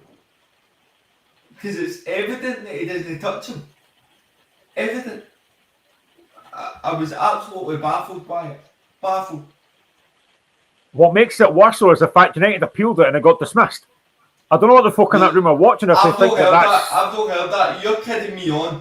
That got dismissed. No. Yeah. So he's getting a 2-game ban for that, which I find ridiculous. How can it be dismissed? Sorry, is everybody watching? You're getting my live reaction to this just now. And if you've not seen it, go and dig it out and go and find it, because what grounds have they got on to allow that? What grounds do they have to allow that? Is that? I've no idea, mate. Honestly, I don't know what they're watching. It's one of the worst decisions I think I've seen so far this season. I'm trying not to go into a fit of laughter here because I genuinely cannot believe it. Cannot believe it. Wow, Jesus Christ. So United are now missing Cudjoe for 2 games for something that he didn't do. Basically, it's just ridiculous. Oh, but good if he came out, if he comes on the next game he plays, scores a goal and he's got the Balotelli "Why always me" T-shirt. But no. Oh, mate, obviously that was a terrible decision, but the other one as well was the goal that they lost. Did you see the goal they lost? I've not seen that. I've only seen the sending off. Hold on. Oh, it's Let me go honestly, and try and dig it up now. it's hilarious. It's honestly really funny if you see it. But the other games this weekend are Airdrie against Wraith Rovers, Dunfermline against Morton, Inverness against Dundee United, and Partick Thistle against Arbroath. And I've got to say, that is one of the games of the weekend for me because Partick are sitting third on 10 points, Arbroath sitting fourth on 9 points. This is a decent game, I think, tomorrow. Partick against Arbroath. Hey, can we just touch on the turnaround at Arbroath? I mean, I remember watching them in the first game of the season against Dundee United thinking, wow, they're going to really struggle this season. And then Jermaine Hilton, he's been really good for them. He comes up against another goal. Ex-Motherwell player scoring against Airdrie. I wish one of your current Motherwell players could have done it the last time we played them. But anyway, no, wow, what a turnaround. Dick Campbell, he just always finds a way, doesn't he? Always finds a way. And when it wasn't that long ago, a couple of seasons ago, we were talking about Arbroath potentially being in the Premier League. Do you think they could push for that again this season? Again, it's really early to call, but it just depends how long they can keep up this form. In fact, I'll be able to give you a better answer next week because if they get a result against Partick Thistle, then I'll say yes right away. Because Partick Thistle have been brilliant. Somebody that I think we need to touch on though is Wraith Rovers. They're sitting top on 13 points. They play Airdrie tomorrow. Airdrie have had a difficult start to the season. I've got to be honest, I've been really impressed with Rovers so far this season. I think they've been excellent. Yeah, no, they have been. Wraith Rovers have been absolutely class. I mean, they get the late goal last week against Inverness, and then that's right up there. Do you know what I mean? So, no, I think absolutely fantastic, and I think they will be up there. You're asking about Arbroath. I think they'll be up there come the end of the season. I think it's between them and Dundee United. Them, Dundee United and Partick Thistle are the main three for me that are going to be challenging for the title. Do you think that, obviously we touched on this kind of last season as well, the kind of story was Queen's Park. They just fell a little bit short. Do you think Queen's Park can compete again this season for coming up? Which I think, honestly, and I said this last season, I would love to see Queen's Park back in the big time. I think it'll be a fantastic story. Do you think they can get there? There you go. That answers your question on Arbroath because that's going to be the top four teams: Wraith, Dundee United, Partick Thistle, Queen's Park. In that order, I think Wraith will win the league. I don't think Dundee United are going to go right back up. Look how hard it was for them the last time they were down. They might get up via the playoff, but I don't think they'll win the league outright. And I think Queen's Park will be interesting to see how they do if they finish what I predicted them to finish in fourth and get into the playoff. Because I think what really done them last year was being in that last game of the season against Dundee with the chance to get automatically promoted and then having to psych themselves up for playoff games after that. I think that had a big effect. So if they just sneak in this season, I think you see a better performance. I think there probably is a lot of pressure on United this season because I think a lot of folk probably think they will come back up because they've got the biggest budget. But at the moment, they are sitting second behind Wraith Rovers. They've had an up and down start to the season so far. Obviously, doing against Morton last week. Tomorrow, they are away at Inverness, who have not been good, as we well know. Do you think it is imperative that Jim Goodwin gets them up first time of asking? Yeah, I think it's absolutely imperative that he does that. I mean, it's Dundee United. And this is where, and I'm sorry to keep bringing it back to Motherwell, but this is when I realise how well we've done. Because you look at it, Hearts have been in the Championship, Hibs have been in the Championship, Dundee United have been in the Championship, and we've been in the top division for, I think it's over 40 years now. It's remarkable. But no, Jim Goodwin, he's a weird one for me because there's times when I think he's a good coach, he is, and then there's times when I think he's an absolute shambles. There's no middle ground with Jim Goodwin for me. I'm either really impressed by his teams or I'm like, what am I watching here? But No, at least it's they a get them fair up. point. It is a fair point. We all know what happened at Aberdeen with the whole Darvel disaster and getting beat 6-0 by Hibs and getting beat 5-0 by Hearts was an absolute disaster. But I think they have to come up first time of asking. Whether it's automatic promotion, whether it be through the playoffs, they have to come up. But I want to go back to Motherwell, actually, because you mentioned it there a minute ago about the fact that obviously Hearts have gone down, Hibs have gone down, Rangers have gone down. I mean, you've obviously been a Motherwell fan for a long, long time. You guys are very well run. You're a very well run club. You're kind of family club as well. I mean, generally, I think if Motherwell can, and it's going to be difficult, don't get me wrong, but if Motherwell can get European football this season, I think that would be an incredible achievement for Motherwell this season. I'm shocked at the amount of times that I've seen Motherwell in Europe in my lifetime. I've been so fortunate because in the 80s we were down there in what is now the Championship for a good amount of time. But we've come back up, we've looked back. If we get Europe this year, especially after my predictions at the start of the season, then that'll just show you the kind of a job that Stuart Kettlewell's done. It'll be remarkable. It will be. Do you think you can get European football? You must be confident. I'm very confident that we can, especially with the continuation of results, with the fact that our strikers have been injured and we've still been getting results and putting in performances. I think we will get a European place this year. Well, I just hope it's not at the expense of Hearts, is all I can say, because I really don't want you getting ahead of Hearts, to be honest. Well, we're there at the moment. Let's hope we can keep it up. So, have you got any other plans for the weekend, Stephen? Apart from, I think you're going to Ibrox, are you not? Yeah, I'm going to Ibrox on Sunday, and then my dad's a coach at Gartcairn, so I'm going to go along and watch his side play St Cadoc's tomorrow. It's a big game for them, so I'm going to go there so that I get my Saturday fix, because I don't think the weekend's ever the same without a Saturday fix in football. It's alright having a game on a Sunday or a Friday, but you need a game on a Saturday, I think. Yeah, I mean, I kind of agree with that, because I was tempted to go to Penicuik tomorrow because Penicuik are playing in the Scottish Cup first round. Against Pollock. I think we're playing Pollock. Yeah, against Pollock tomorrow. I've said this before. I am very impressed with the standards of these kind of games from Penicuik. They've been excellent so far. Home form is a lot better than away form, I'm going to be honest. We've been hammered away from a few times, but honestly, I've taken my lad out a few games at Penicuik, and he loves it. It's great. I love going to what used to be junior football. It's not now, it's part of the pyramid now of the Western Scotland Premier Division. But I've been to Newlandsfield to watch Pollock on plenty of occasions, and Pollock are a really good side. They've been scoring goals for fun this season. So what do you think then? Can Penicuik beat Pollock tomorrow? Because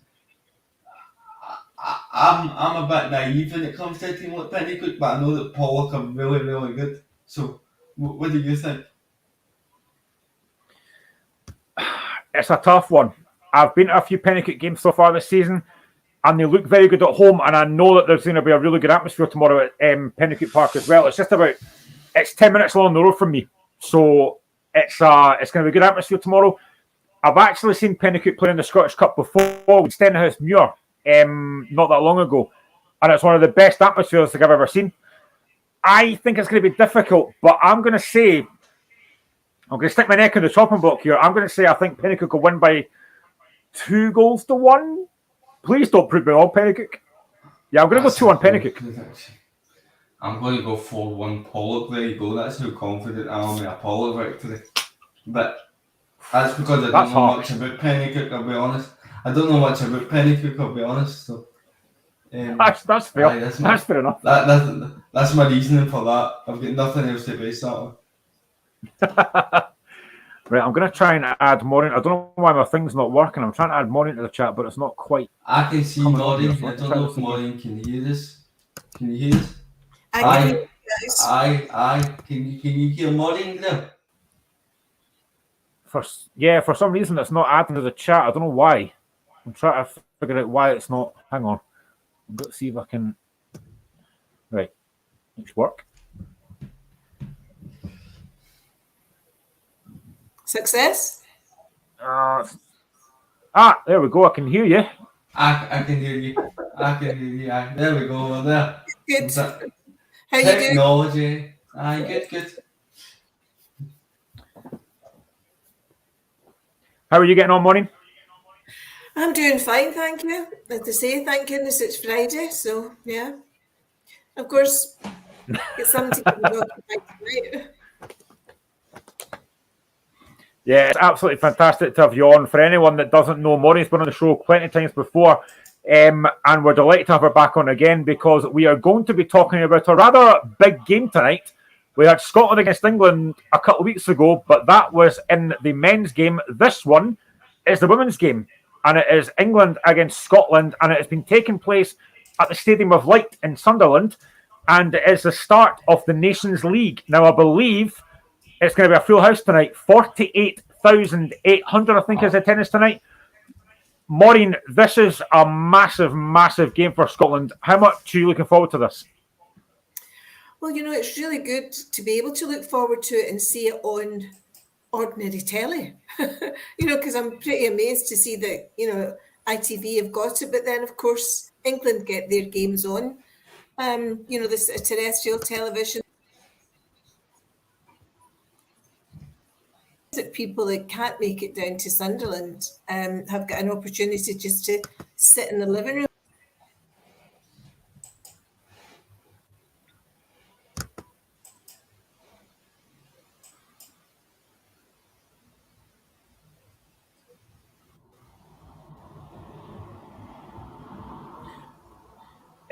I hope Maureen can stop. Maureen, can you still hear me?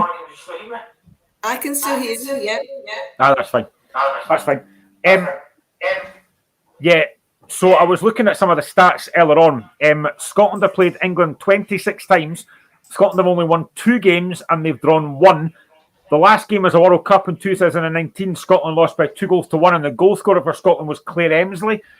Scotland have got a very hard group in this because they play England, who are 4th in the world rankings, Holland, who are 7th in the world rankings, and Belgium, who are 18th in the world rankings. So it's a very difficult group for Scotland, Maureen. Yeah, you throw out all the old cliches, there's no easy groups, but I think this is particularly difficult. But what it does do is it gives people a chance to see how good Scotland are. And, tonight they're meeting the biggest adversary in England, and they've got to do the same back up.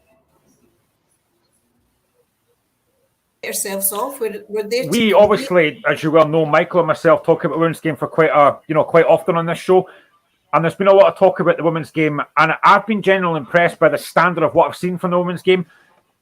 You'll probably know this more than I do, but how impressed have you been with the Scotland women's team?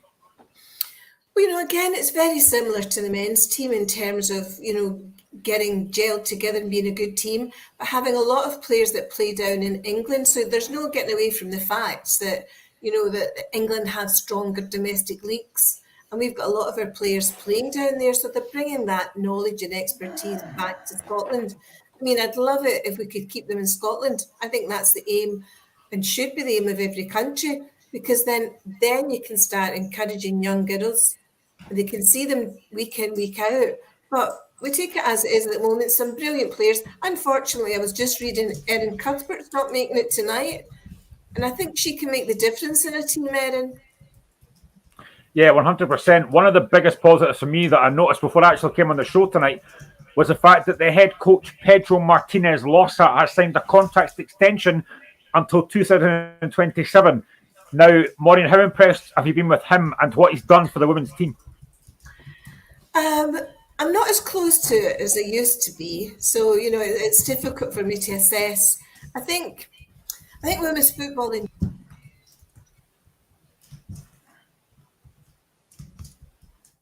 cheering and that we've just resolved the issues that the women had with the Scottish FA.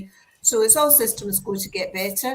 I think Pedro had a bit of a shaky start. Although he's won his last 6 games, I'm not sure that the opposition is going to be anything like it is to.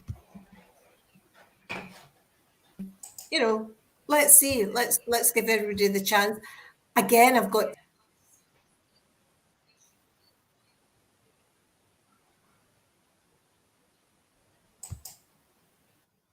But that needs to be the next thing that the Scottish FA and other FAs look at, how they bring the women coaches through, how they get them up to level. Look what Brightman has done down in England. So we need a woman in Scotland, we need a Scottish woman as well. So I've actually got the Scotland lineup just in front of me. We're trying to look for it, so I've got it here. So the Scotland team tonight is Lee Gibson in goal. Just going to read it as it's coming out here. Nicola Docherty, Rachel Cossey, the captain. We've got Sophie Howard, Sam Kerr, Caroline Weir, and Kirsty Hansen. And we've got Rachel McLaughlin, Claire Emsley, Martha Thomas, and Christy Grimshaw. On the bench for Scotland, we have, I'm just trying to get the bench here. So we've got Jenna Fife, we've got Eartha Cummings, we've got Emma Mukande, Kirsty McLean, Fiona Brown, Lisa Evans, Amy Gallagher, Kelly Clark, Amy Rogers, Lauren Davidson, and Jamie Lee Napier. What do you make of that lineup for Scotland tonight, Maureen?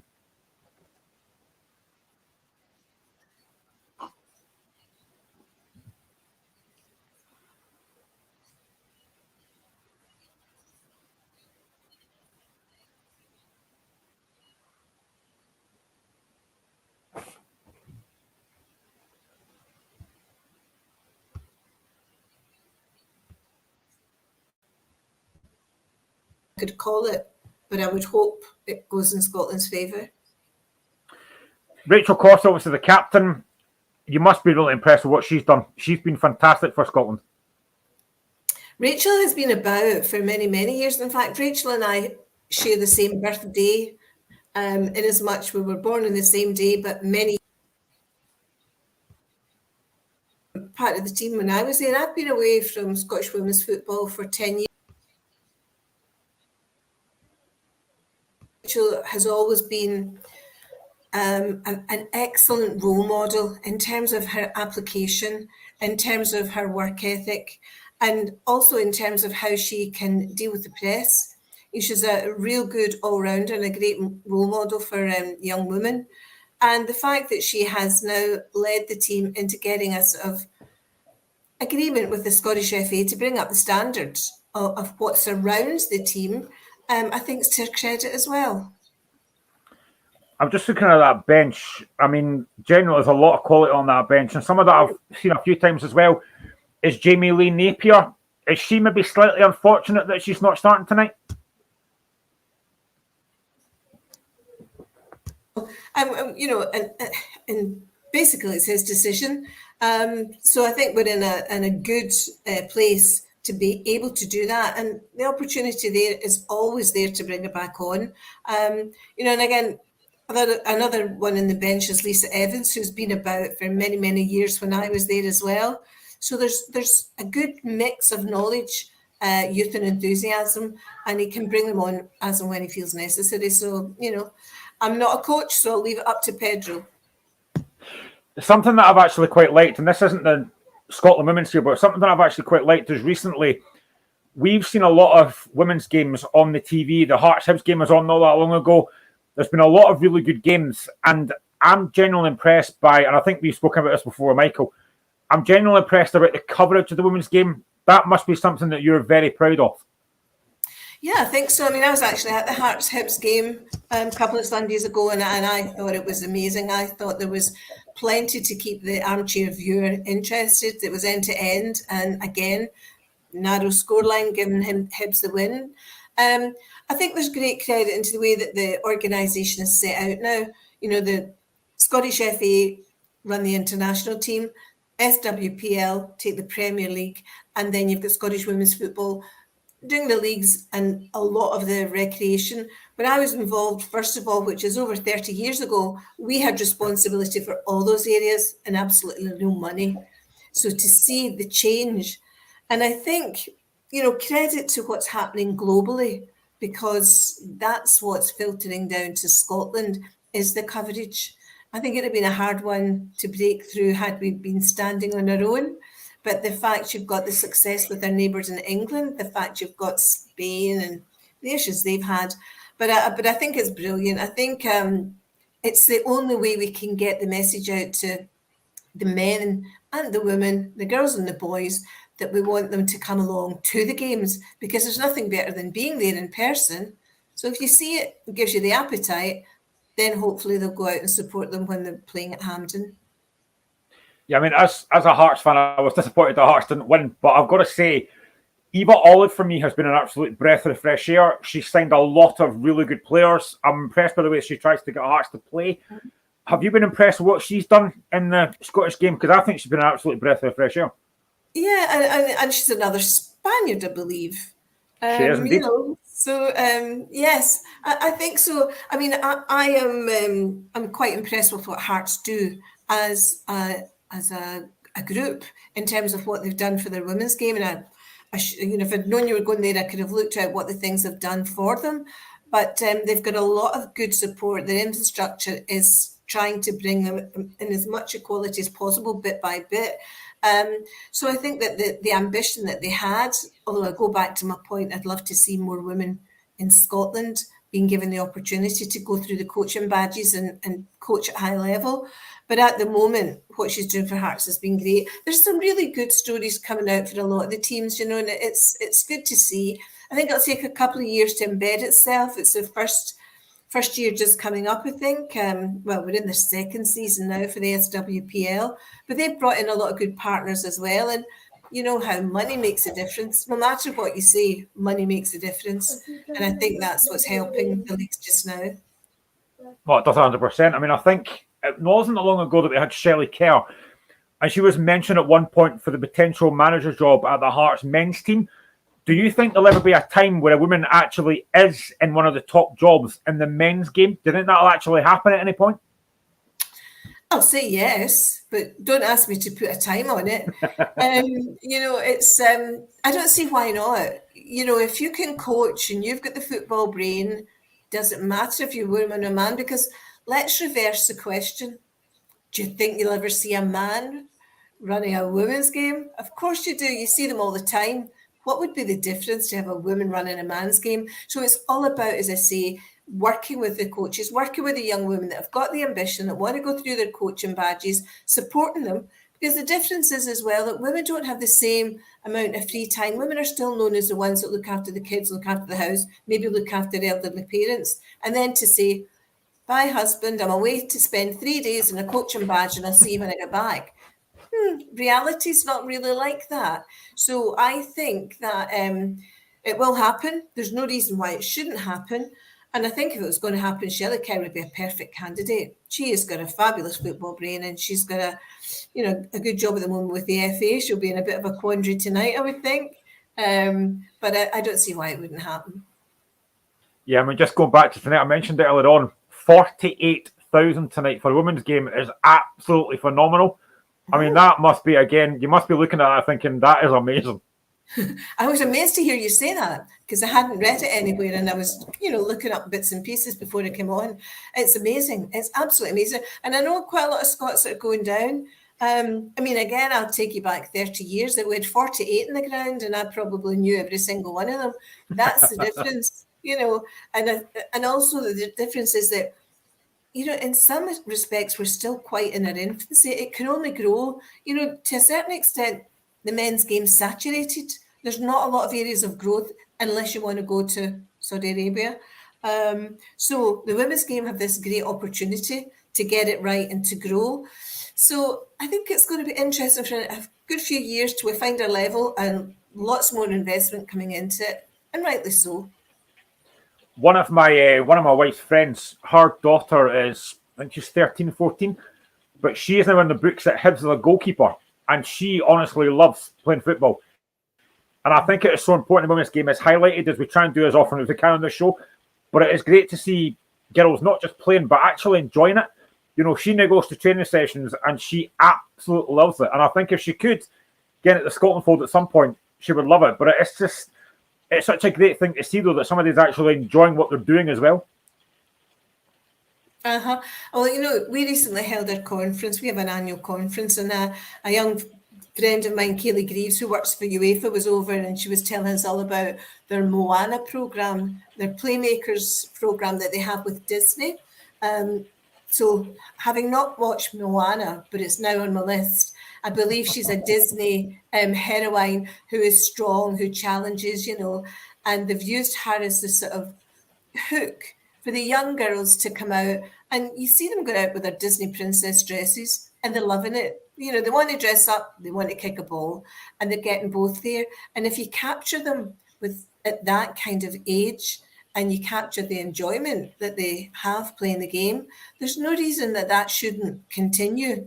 If we get, as I say, the infrastructure right, get the good coaches in, get the national team playing well, get the domestic leagues as much as we can see in television, there's no reason that young girls shouldn't enjoy football and make a career out of it. And if they don't want to make a career, they can still play it and love the game. And I think that I know this is slightly off topic, but Michael's not here and I'm hosting, so I can do this because I go on a tangent occasionally. But my laddie was playing for a team a few weeks ago, and he's been there for a while now, but he wasn't really playing a lot of games. He was a sub. He wasn't getting picked, and he's only 11. He turns 12 next year. So a couple of the parents spoke to one of the coaches, and the coach basically said that they've now got a squad of 29. So my laddie wasn't going to play. I know that he wasn't going to play. But he was basically told, or we were all told, that basically he was going to pick his strongest side because he wants to win. Now, for me, I wasn't happy with that, because for me, an 11-year-old should be looking to enjoy the game. It should be about playing football and enjoying it. Sometimes I just think that coaches have this thing about it has to be all about winning. Yeah. I don't agree with that. I don't agree with that for a certain age. Now, I know that when they get older, yes, that will be the case. But my laddie was enjoying the football, and he wasn't enjoying it now because he wasn't getting picked, and it was all about winning. I don't agree with that. I don't know what your thoughts are on that. Well, I agree with you, because my son many years ago, driving him back from football training, I heard a kind of sniffle in the back. What's wrong? I didn't get playing today. I didn't get chosen, and he gave it up and he went to hockey. And he has had such great fun, made great friendships all through his life. He's now a grown man with a son of his own, and his friends are still the guys they met at hockey. He loves football. He goes to watch it. And that's kind of what annoys me slightly about the women's game, because they think they have to mimic the men's game totally. And this, advertising for a goalkeeper for the young ones, under 11s, under 12s, under 13s, let them all get a shot at goalkeeper. Let them all enjoy it. Don't pigeonhole them into a particular position, and make sure it's fun. That's the way you retain them, because if it's not fun, they're not going to come back. So again, it's down to how the coaches are taught. If they taught to deal with a specific age group, if they're taught to deal with a specific gender, then it will make a difference, because they'll understand the issues. So I think, we maybe need to look a wee bit closer into what the coaching courses are. They might be doing it at the moment, but, we've all got anecdotal stories that basically the same as yourselves or mine, that there's still unhappiness out there. So I would agree with you. Fun, football, friendship, great. And then there'll be the ones that want to go further. Well, I've got to say, we moved last week to a different team, kind of local, knew where we are. And he's been to a couple of training sessions. And I've got to be honest, I've been really impressed with the coaches. They've been really good. They've made the sessions fun. We were there on Wednesday and it was pouring down rain. But the kids were loving it because they got to enjoy it. And for me, seeing my laddie with a smile on his face, enjoying it for the hour and a half, was such a massive difference. Yeah. Yeah, I don't think you could argue with that. And I think that's a yardstick you go by, because there's time enough when he gets a bit older, if he wants to start and focusing, specifically in the football. But yeah, have your friends, have fun and learn as you go along. There's always been a lot of talk in the last week or so about the pay for the women's game being equal to the men. What have you made of all that? Well, it's been an interesting debate, and I think there's been a misunderstanding if it was surrounding the conversation with the Scottish FA and the women's national team, because I don't think that the pay was at the forefront of it, but it was always reported to be at the forefront. I think with the Scottish national team, it's more of what was surrounding them in terms of, training facilities, travelling facilities, accommodation. I don't think we should be naive at the moment to think that, the women are there and should be getting the same pay. It's just ludicrous if you're looking to put a Premier League female player against a Premier League male player. I mean, there's no club in the country could afford that. But I think what we have to do is see how we can keep moving, continually keep moving. I think we look at how we can market the women's game differently. We can bring in different sponsors. Sponsors in men's game are probably saturated. So we've got another opportunity to hit different types of organisations that support women and girls in general. So I think if we can start growing the marketing, getting it right and bring more money in, we can then start increasing what they're getting. When I worked in football over 10 years ago, if you said to me, women will get paid to play and it'll be their full-time job, I would say, no, I wouldn't have put money on that at all. And now look where we are. So what do I know? basically the question there, what do I know? So Well, I've got to be honest. I mean, I'm not just saying this because you're on, but I've actually, watching some of the women's games, I've actually enjoyed the standard. To be honest, there's a lot of players in the women's game are better than a lot of the men. Mm-hmm. Yeah, I think we try and avoid those kind of comparisons because, for all the years I was there, basically what we were saying is women want to play against women, a like-minded, we're different kind of creatures. So, you can only really put yourself against a similar type of person. So I think the women are happier if we can bring up the standard and give them a bit of respect. That's an important thing as well. But it's not about playing against them. But if you can see a game of women and you enjoy it, it's great to hear. I think it's fabulous to hear, and it's becoming, like you jump in a taxi now and you see where you're going. I'm going to, the women's game, and then they'll start talking to you about players, and you're thinking, wow, this didn't happen, a few years ago.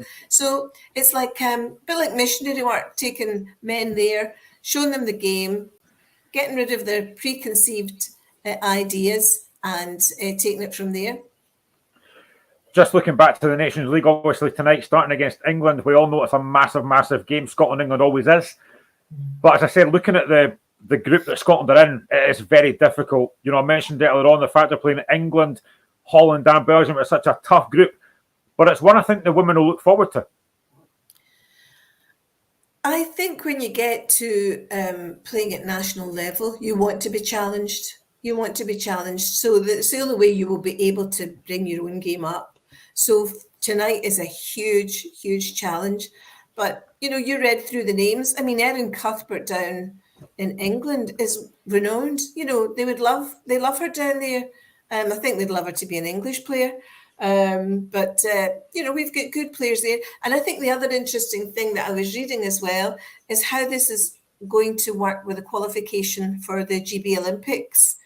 And there's thoughts already in the coach's head, because it's the England coach who I think is going to take GB, of Claire Emsley and Cuthbert being in the GB team. So, it's a shame Erin can't make it onto the park tonight.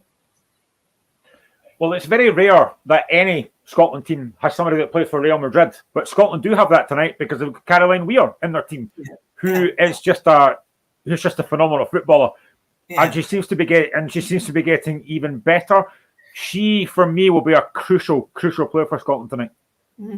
And I remember Caroline again from my time. I remember her father more so because it came to be part of the Scottish women's football group. But yes, I think definitely the past 2 years I've been at Football Writers and she's won Player of the Year. So that's an accolade in itself, which is actually quite a new thing, that we've got a female Player of the Year. So the talent there is there. You just wonder if they've had enough time to gel together. But I think we'll see it tonight. And there'll be so much excitement, so much will to do good tonight that they're going to go out there and give it 100%, because I can't say any more than 100%. I know we could say 110 and 120, but if they give it 100%, anybody's game. Yeah, definitely. I mean, I know we're very run out of time, about a few minutes left, but I just want to ask you as well. You were on not that long ago. I was producing in the background, and you talked to a family. One of them was called Rowan Niven, who's a squash player. Have you ever heard how she's getting on? Funnily enough, I was in Inverness just yesterday and the day before, because it's the Squash Open, and I think it was Rowan was her father and Robin was the player. And And I haven't managed to catch up since I left, but I think they had a good trip out to Australia. They didn't come back with any medals, but they were a young team. It was the first time they'd done anything like that. So she's got a bright future. And I think you can tune in the red button if you want to catch up on some of the games for the squash as well. So that would be interesting for MJ that's not tuning into the football. They can tune into the squash. Yeah, I was very impressed with her and her dad when I listened to the background. They were very, very good, very encouraging as well. She is very young, but she is clearly very talented. And if you're watching the game of squash as I did a couple of days ago, you think to yourself, how on earth can they stand that pace? I mean, it is frantic. And I'm thinking, there's these footballers running up and down that park with a host of friends helping them. And there's this one person out in this squash court and they are battering it. Oh, that was impressive. It definitely was. So before we go, I'm going to ask, and this is a tough one, I know, but I'm going to ask for your prediction for Scotland women tonight against England. Well, I'm just going to reverse it. It was 2-1 for England the last time. I'm going to go for 2-1 for Scotland this time. I think we would all snap the hand off for that if that happened. I'd be delighted with that. It is going to be difficult, but you know what? I'm really encouraged by the Scotland women's team. I think they've got a lot of really good players. I mentioned a few of the names earlier. I like the fact that as well they've given Pedro that longer-term contract to work his magic even better. He's obviously enjoying being with the Scotland women's team. And I just think Scotland women and Scotland men, for me, are both in a very, very good place right now. And it's been a long time since that's happened. Yeah. I think that's lovely. I think the fact that, the men are doing so well, and the women want to emulate that as well. And what it'll do for the country, just lifts your spirits. So we'll keep our fingers crossed. And a bit of stability in the coaching side as well with Pedro for 2027, you said. So, yeah, things are looking good. Have you got any more things on the horizon in terms of doing any more kind of live interviews with anyone? No, I haven't. But what I do have coming up in November, if you don't mind me plugging it, is our It's our Scottish Women in Sport Awards. So we've got 10 categories. We're 10 years old this year, and we've got a few extra bits and pieces. And I'm looking for one category sponsor for our Para Athlete of the Year Award. So if anybody out there wants some info on that or would like to come along to the dinner, drop me a message. It's an amazing night. It's full of emotion. We hear stories from all sports, and they're always good. So this year's a wee bit extra special. 10 years. Fantastic. What an achievement. Maureen, it's been an absolute pleasure to have you on. Thank you so much for coming on and joining me tonight. We are going to be back on Sunday. I never get rid of Michael these days, but he couldn't come on tonight because his laptop wasn't working. But hey, I managed to carry it on quite happily. But yeah, we are back on Sunday. We are back on 3 till 5, looking back at the games from the weekend. And we'll obviously touch on Scotland against England from tonight as well. We are also back next Friday as well from 5 till 7. But at the meantime, it is Steve B. So thank you everyone for your comments and thank you for joining me. And we shall see you again on Sunday. Bye-bye.